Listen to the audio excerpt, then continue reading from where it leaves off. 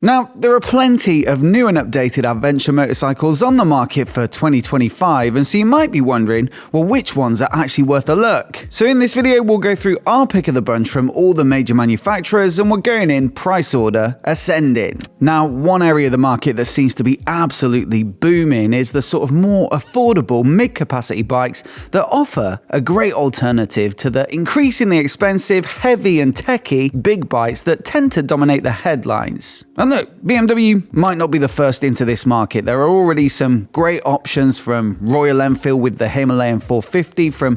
Moto with the 450 MT, but all the same, when it does hit the market later this year, which has been confirmed, I reckon the F450 GS is going to sell like hotcakes. You see, the concept was unveiled at EICMA in November 2024, and it looks like it's going to tick a lot of boxes with a nice slender stance, a well-spec'd chassis, typical BMW levels of tech, and of course, a little bit of the image of its hugely popular, bigger sibling in the R1300 GS. But I think probably the most interesting thing about this bike is the engine with a 450 parallel twin that will make the maximum 48 horsepower possible in the A2 license category. Now, what makes it really stand apart from the competition is the firing interval, which is going to be 125 degrees, and they say this has never been used on any production motorcycle ever. 360 cranks, 180s, 270s especially are much more common when it comes to parallel twins, and so this should mean that the F450 GS has its own unique sound and feel and potentially delivery of power, which could, I guess, help it to command a slightly higher price point than some of those more budget-friendly options from the more budget-friendly manufacturers. Speaking of which, though, there's no price on this one as of yet because it's probably going to be announced later this year, but our estimate is around the $7,000 mark, hopefully to keep it fairly competitive, and it's certainly one to keep an eye out for if you like the idea of a baby GS. Another tempting option in this sort of part of the market, though, as well, comes from KTM with their upcoming 390 Adventure R, the full details of which will be announced at the end of January. It's another one, though, that we've seen in the flesh at EICMA, and this one doesn't take a Rocket 3 scientist to figure out what it's all about. You see, the engine will be the latest iteration of their LC4C single, which powers all of the other 390 models like the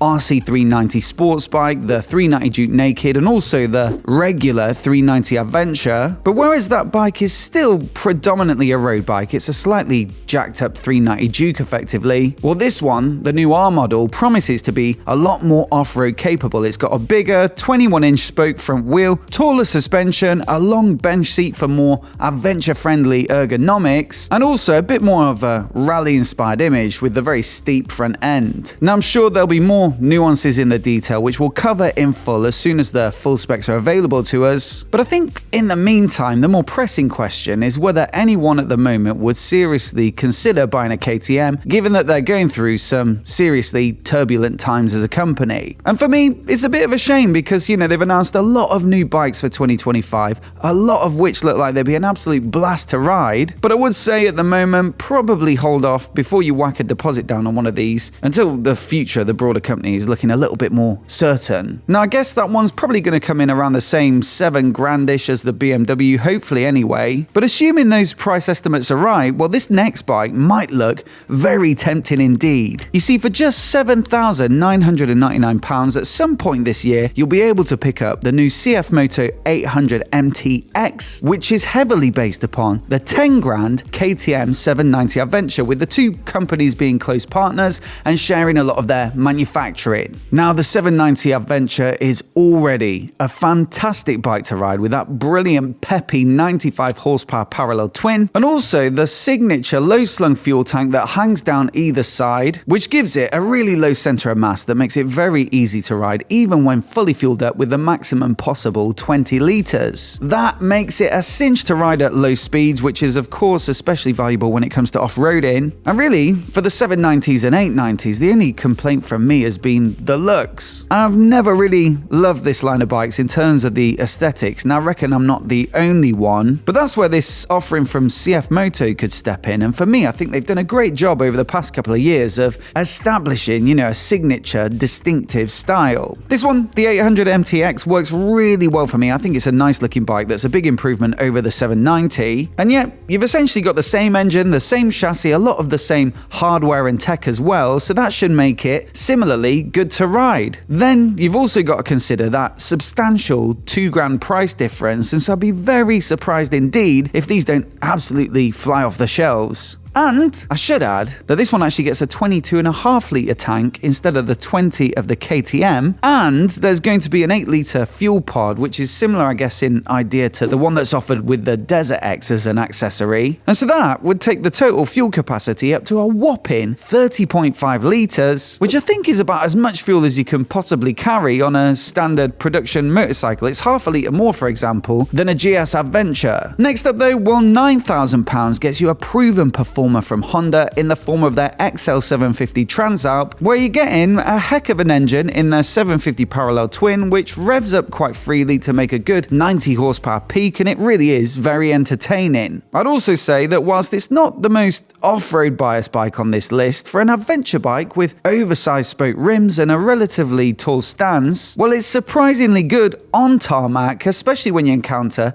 a good series of corners. For the money, I'd say it's a solid all-rounder with a trusted brand on the tank. And the only thing that was a little bit disappointing about it for me was the fact that it inherited a headlight from what could be perceived to be a lesser bike in the form of the CB500X, which comes in at a lower price and, has a bit of that A2 image. Now, on the one hand, from Honda's perspective, this is a very price-sensitive end of the market, and so they do probably have to take advantage of some manufacturing efficiencies. But on the other, as the customer, you never really want to feel like you're getting features from bikes lower in the lineup, and it's much better if you get a few bits and pieces that trickle down from the more aspirational models. So thankfully for 2025, they pretty much solved this problem by giving it a new front end, along with the 750 Hornet sibling, and I reckon it's a big improvement and does help to give the Transalp a bit more of its own identity. On top of that, they've made some tweaks to improve the suspension with a bit less damping to help with comfort, and they've also given it a couple of new paint jobs, one of which I saw in the flesh at Motorcycle Live with the grey, the orange accents and the gold rims, and I really like that one a lot. Although I will say, the new black and red also looks pretty decent in the pics too. The benchmark though, amongst all these middleweights over the past few years, has to have been the Ténéré 700 from Yamaha, with some of the best off-road manners you can buy, and a simple and affordable build with minimal technological intervention. So yeah, it's been a great seller over the years, and you see plenty of them about. So with this 2025 update, I think they've had to try and find a balance and be careful not to ruin the appeal of the original, whilst at the same time trying to sneak in a few techie features just to keep it competitive. So now, on this new bike, you get a ride-by-wire throttle as opposed to the previous gen's cable throttle, and that opens up a couple of riding modes and switchable traction control, whilst it's still mated to effectively the same proven CP2 parallel twin, which makes, again, just over 70 horsepower. Elsewhere, suspension is now fully adjustable, so that's an upgrade to the fork. The styling has been tweaked too, and it looks like a fair bit of thought has gone into the details, like the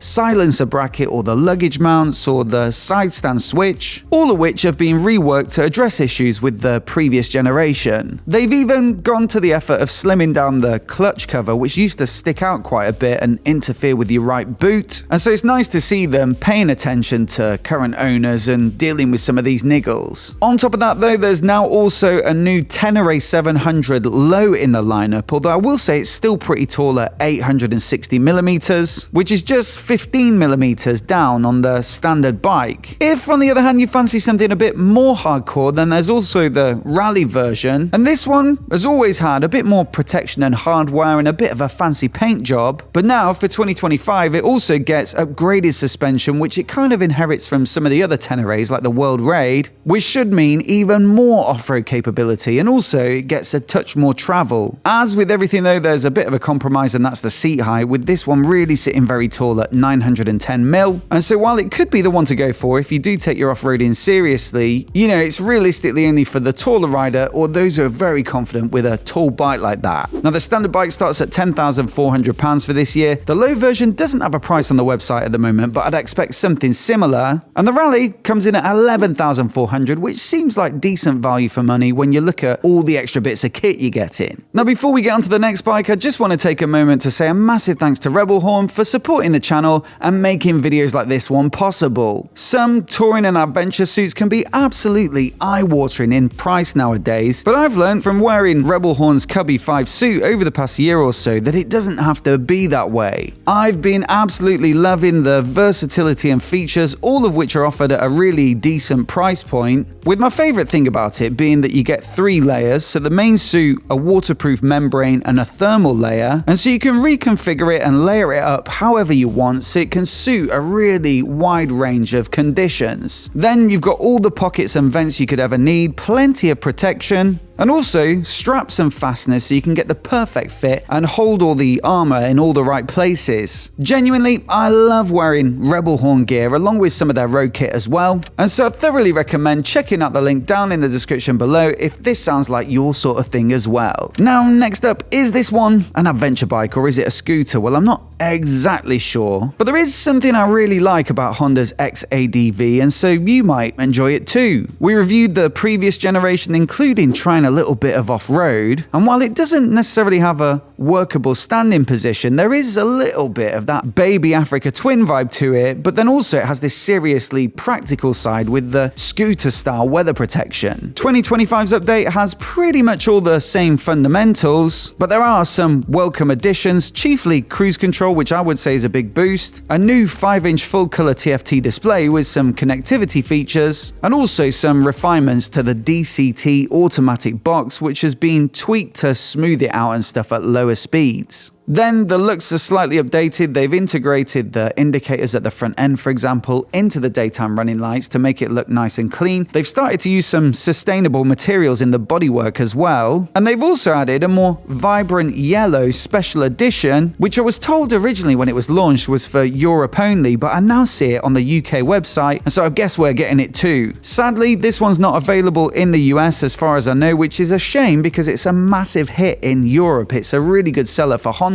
But then again, I guess there is a bit more of a scooter culture out in Europe, and so perhaps that's where the demand comes from. I think the main problem with getting someone to try the X-ADV though is the price. It is a bit of an oddball, and yet it starts at £11,249, which of course could get you a heck of a lot of bike elsewhere. Take the awesome Aprilia Tuareg 660 for example, which you could easily get along with a bit of change. This one's already a brilliant adventure bike with a lot of the off-road ability of the Ténéré, but just a bit more tech, and also that typical Aprilia Italia design style, which I think makes it visually a touch more appealing than the Yamaha. On top of that though, for 2025, Aprilia have decided to add something a little more aggressive to the lineup in the form of a new rally version, and this one really does step up that off-road capability. The suspension's revised, for example, with linear springs that are said to be more appropriate for rougher terrain. The rims are more robust to take some heavy hits, and also the engine map has been tweaked, which they say gives it a little more snap on the throttle, which makes it easier to pop the front wheel over obstacles. Then the SC Project titanium exhaust system helps to shed about 5 kilograms over the standard bike, and all of this is wrapped up in this more racy looking finish, which I think looks really very nice. No price confirmed for this one as of yet, but I'm guessing it's probably going to come in about £1,000 or so more than the standard Tuareg 660. Now, over at Ducati, we've had a flurry of new models for 2025, a few of which use their new V2 engine, which is set to replace the Stretta V-twin, which was, in all fairness, getting a little bit long in the tooth. One of the first models to use it, along with the new Panigale V2 and Street Fighter V2, is the new Multistrada V2, although you might not know it at first glance because it does look remarkably similar overall anyway to the previous generation. There are a lot of changes under the hood though, with that new engine weighing in a fair few kilograms less than the Stretta, and a new aluminium frame helps too, and so in total the curb weight, albeit unfueled, now comes in at 199 kilograms for the standard model, which is certainly at the lighter end of the spectrum for this category of bike. Somewhat heavier though is the price, which comes in at just under 14 grand now for that standard Multistrada V2, or a really substantial 16,390 for the S version, which has the electronic suspension package amongst other things. Still, it looks like it'll be a great road-biased adventure tourer, and it's a Ducati, so you probably weren't expecting it to be cheap, were you? 14,599 though will get you Husqvarna's Norden 901 Expedition, and again, Husqvarna are another sister company of KTM, and so this one gets its rudiments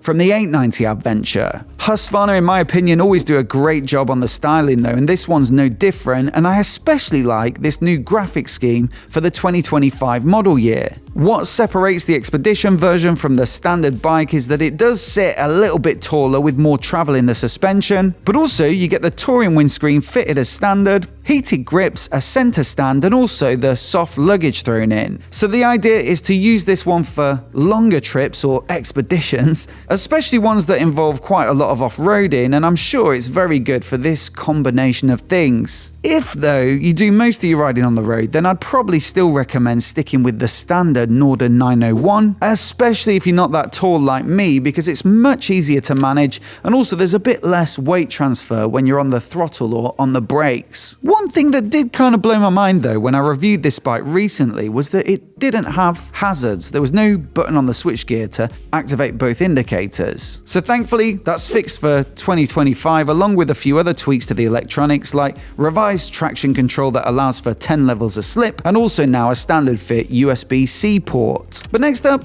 in a very similar vein, Ducati now offer their awesome DesertX in a Discovery spec for just over £17,000, which gets the absolute works thrown at it from the accessories catalogue, along with its own dedicated paint job. So there are reinforced handguards, a touring windscreen, hard luggage, a sump guard, heated grips, a center stand, and more. Thing is though, while the DesertX is a brilliant bike, and I'm sure this one's no different, at about 3 grand more than the Norden Expedition for something that's built to do a very similar job, well, I think you've got to really want one to justify the extra cash. On to, though, one of my favourite bikes that I rode in 2024, which was the new Moto Guzzi V100 Stelvio, which I guess came as a little bit of a surprise. You see, it doesn't really necessarily stand out in any one particular field. It's not the most powerful, it's not the lightest, it's not the most off-road focused, it's not even the most techie, or it's not the cheapest or anything like that. But what I will say is it is just a beautifully rounded package. It's stylish, it feels practical, and you get a super sweet V-twin engine with a beautiful character to it, plenty of mid-range, and also a very nice note at the exhaust, which always helps. For 2025, we've got no big changes for this one as it's relatively recent, but what they have announced is this Duecento limited run that gets a tricolor paint job to celebrate 200 years of the Stelvio Pass, from which, of course, the bike inherits its name. For me, this one has a bit of Africa Twin or GS Trophy about it, and I think that's not necessarily a bad thing. It always suits an adventure bike, this sort of paint job. But then again, assuming it's going to come at a bit of a premium, you know, it's a limited run, so you're probably going to pay a bit more for it, I think I'd probably go for the standard grey and neon yellow of the bike that I reviewed, which I think just looked a bit more classy. Another big update from Ducati comes in the form of the Multistrada V4, and again, looking at it, you might not know it straight away because it does really look very much the same as the previous generation. The standard bike though, the S version, and also the Pikes Peak with the sporty 17-inch front wheel, well, they all get tweaks here and there that should add up to a fairly significant improvement out on the road. The V4 engine gets their extended rear cylinder deactivation, for example, which runs on just the front 2 cylinders at low speeds, and so that should help to keep the rider cool, especially in hotter climates, but also help with fuel efficiency, which hasn't necessarily been a strong point of this bike in the past. Then, the swing arm pivot has been raised by 1 millimeter, which apparently gives it better anti-squat behavior, and there's also a new bump detection feature in the semi-active suspension, which softens up the shock in real time immediately as soon as the fork detects a sudden jolt, so that might help to, you know, save your spine a bit if you're taking speed bumps at a good clip. Then, the luggage mounts have been moved back by 25 millimeters in order to give the passenger a little bit more leg room, and so yeah, it's all fairly subtle stuff, but it does sound like they've maybe solved quite a few little ownership gripes, and so I'll certainly look forward to getting one for a review and seeing if these changes add up to be greater than the sum of their parts. Thing is though, it's always going to be hard to compete with the best seller in the market, which is, as you might know, the BMW R1300 GS, along with the more distance-focused adventure version with the big 30-litre tank. But that said, maybe in 2025, BMW have given the competition a bit of a fighting chance with one of the most radical visual redesigns that we've seen in recent memory that I think it's fair to say has gone down with a bit of a mixed reception. And I'll admit, the massive, blocky, almost Lego-looking tank on this new GSA really does take a lot of getting used to, but if you can get your head around it eventually, I would recommend taking one for a demo, because beneath the surface you've still got the brilliant combination of bags of range from that big tank, the smooth and torquey Boxer twin, the brilliantly planted telelever chassis, and a top-spec tech package that can do, if you're willing to spec it up, pretty much anything you can hope for. So it has a lot of the same strengths as the previous gen 1250 GS Adventure. It's, in my experience of spending a bit of time with it, a great bike to ride, and also for this new iteration it's got a bit of a trick up its sleeve by inheriting the adaptive ride height feature from the standard 1300 GS. This automatically lowers the bike when you come to a standstill, and it's really seamless and unnoticeable, and probably the best implementation I've seen so far of this kind of concept, and it really does help to make a big, tall, hefty bike seem that bit more manageable, and it's certainly something I'd be putting a bit of cash aside for if I was buying one to spec up this optional feature. The other key decision with this new bike though is whether to get their ASA or automated shift assistant, which allows you to run it in an automatic mode by replacing the clutch and mechanical shifter with electronic actuators. I've tried it out recently on the standard 1300 GS, and while it is really quite good and I can see that it'll potentially surprise some people as to how decent it really is, I think overall I'd still prefer to have the control of the clutch, especially when it comes to lower speed riding. This is also a feature that's on the latest generation of the KTM Super Adventure, so the 1390, or at least in their top spec Evo model anyway. Their system is called AMT though, or automated manual transmission, and it's slightly different to the BMW in that it uses a recluse clutch, a mechanical recluse clutch, instead of the electronic actuator, which could, I guess, potentially feel a bit less refined than the BMW, although I'll have to ride one soon to find out. Still, both the standard S and the Evo now get the 1390 version of their big V twin, which makes a whopping 170 horsepower, which should be enough for pretty much any rider. Then you've got radar-enabled rider aids at both ends, along with a comprehensive suite of tech and a top-spec chassis, and so both should be really very good bikes, although don't expect them to come cheap, especially with KTM recently whacking up the price of quite a few of their bikes. Still, not many adventure bikes can match these big KTMs for pure fun out on the road, and also the off-road biased R model recently got a lot of the same tweaks. So that, my friends, rounds off all of the main adventure bike developments for 2025 that I think you need to know about. But as always, I'd love to know which one you'd have in your garage, money note object, so do let me know down in the comments below. Also, if you haven't seen it already, I'll put my list of the best new nakeds for 2025 on the screen, so do give that a click and give it a watch. Do hit subscribe as well if you want to see more of the latest motorcycle news like this right here on MOTOBOB. A massive thanks for watching today, and we'll see you in the next video.